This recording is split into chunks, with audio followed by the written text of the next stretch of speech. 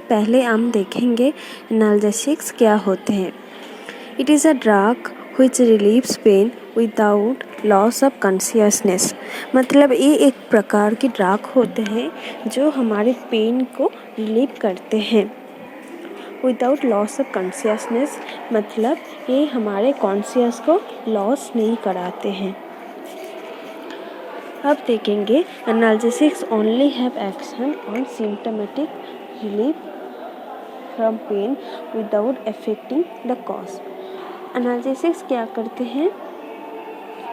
Symptomatic relief घटाते हैं, मतलब जो सब्जेक्टिव सेंसेशन है उसको रिलीव करते हैं, बट जो मेन कॉज है उसको अफेक्ट नहीं करते हैं। अब हम देखेंगे पेन क्या होते हैं। पेन और analgesia is an unpleasant subjective sensation. ये एक अनप्लेजेंट सब्जेक्टिव सेंसेशन है। Pain is a warning signal and pain क्या है ना, पेन एक बहुत अच्छे वार्निंग सिग्नल है, क्योंकि ये हमारे बॉडी में जब कोई डिसफंक्शन और एबनॉर्मलिटी होते हैं तो हम पेन के द्वारा समझ सकते हैं। अब हम देखेंगे pain types of pain. Pain is a 3 type: somatic pain, visceral pain, referred pain. अब हम देखेंगे सोमाटिक पेन क्या होते हैं। सोमाटिक पेन मतलब जो इंटीगुमेंटरी स्ट्रक्चर से आते हैं, मतलब मसल्स, बोन, जॉइंट्स ऐसे। अब देखेंगे विसरल पेन क्या होते हैं। Visceral pain arising from the viscera membrane. मतलब ये जो विसरल पेन है ये विसरा मेम्ब्रेन से आते हैं और ये पेन थोड़ा अनफ्लक्चुएटिंग टाइप्स के होते हैं।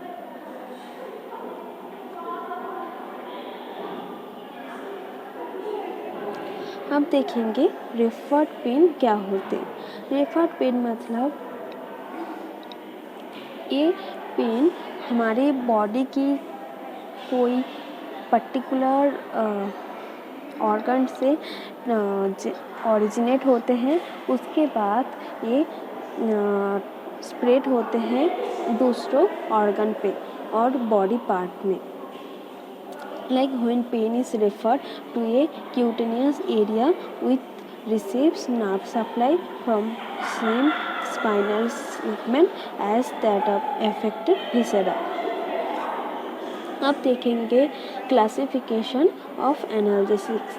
एनाल्जेसिक्स 2 प्रकार की होते हैं: opioid analgesics and non opioid analgesics. Opioid analgesics को हम मॉर्फिन टाइप भी जानते हैं एंड नॉन ओपियोइड को हम एस्पिरिन टाइप से जानते हैं। ओपियोइड एनाल्जेसिक्स क्या है? Opium is a dark brown gummy exudate. Opium क्या होते हैं? ये ब्राउन कलर की गमी टेक्सचर होते हैं, obtain from the Poppy capsule. Poppy capsule में मतलब पॉपी सीड से ये जनरेटेड होते हैं। ऑन इंसेसिंग द यूरोअनराइप सीड कैप्सूल, मतलब जो कच्चे सीड होते हैं उससे ये आते हैं। अब milky juice immerse with turns brown on drying and this is called crude opium.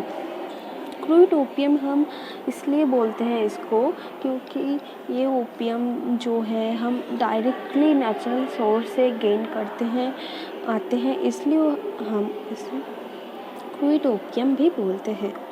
अब आएगा classification of opioid based on the receptor occupation, agonist and synthetic. Agonist में आते हैं natural opium, alkaloid and synthetic opioids. अब natural opium में आते हैं morphine, codeine and synthetic में आते हैं पिथिडीन and मिथाडोन।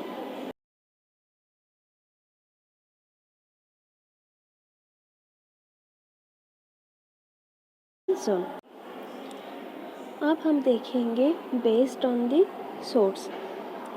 Natural opium alkaloids, semi synthetic opioids and synthetic opioids. Natural opium में आते हैं morphine, codeine, noscapine and semi synthetic opioids में आते हैं heroin, pholcodine and oxymorphone. Synthetic में आते हैं पिथिडीन, ट्रामाडोल, मिथाडोल। अब हम देखेंगे मैकेनिज्म ऑफ एक्शन क्या होते हैं। Morphine and other opioids produce their effect by effecting on specific receptors mu के एस। मतलब कि मॉर्फिन एंड अदर जो ओपियॉइड्स है वो क्या करते हैं, पर्टिकुलर स्पेसिफिक जो रिसेप्टर उनको इफेक्ट करते हैं। This receptors are present in the CNS and other tissues. ये रिसेप्टर जो कि central nervous system and other tissue में प्रेजेंट होते हैं। Stimulation of this receptor finally results in a decrease in the intercellular calcium. तो क्या होते हैं ना, ये जो रिसेप्टर्स है, ये रिसेप्टर जब स्टिम्युलेट होते हैं तो इंटरसेलुलर कैल्शियम डिक्रीज हो जाते हैं and release of the neurotransmitter को भी डिक्रीज कर देते हैं।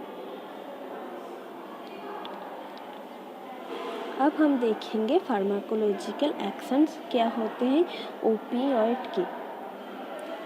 तो पहले देखेंगे सीएनएस मतलब सेंट्रल नर्वस सिस्टम पे डिप्रेशन इफेक्ट मतलब एनाल्जेसिक इफेक्ट दिखाते हैं, यूरोफोरिया इफेक्ट दिखाते हैं एंड सीडेशन इफेक्ट दिखाते हैं। अब आते हैं कफ सप्रेशन स्टिम्युलेंट इफेक्ट दिखाते हैं like miosis, nausea and vomiting, मेगल सिंड्रोम।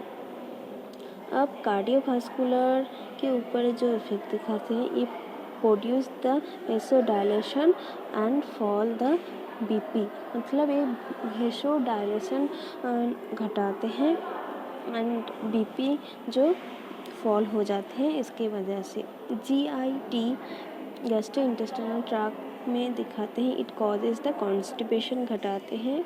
यूरिनरी ब्लैडर में इट में cause the urinary retention. Biliary tract में दिखाते हैं, it increase the inter biliary pressure. Bronchi में it can cause the bronchospasm by releasing histamine from the mast cell. अब हम देखते हैं pharmacokinetics. Pharmacokinetics on oral administration it is absorb slowly and completely मतलब अगर इसे ओरली दिया administer करा जाता है तो ये स्लोली एब्जॉर्ब होते हैं and may be it absorb incomplete. Extensive first pass metabolism होते हैं इसमें and bio availability of morphine is 20 to 40%। It can also administer the intravenous pathway मतलब ये मतलब IV से भी दिया जा सकता है। सो फ्रेंड, ये था आज का टॉपिक एनाल्जेसिक्स। Thank you.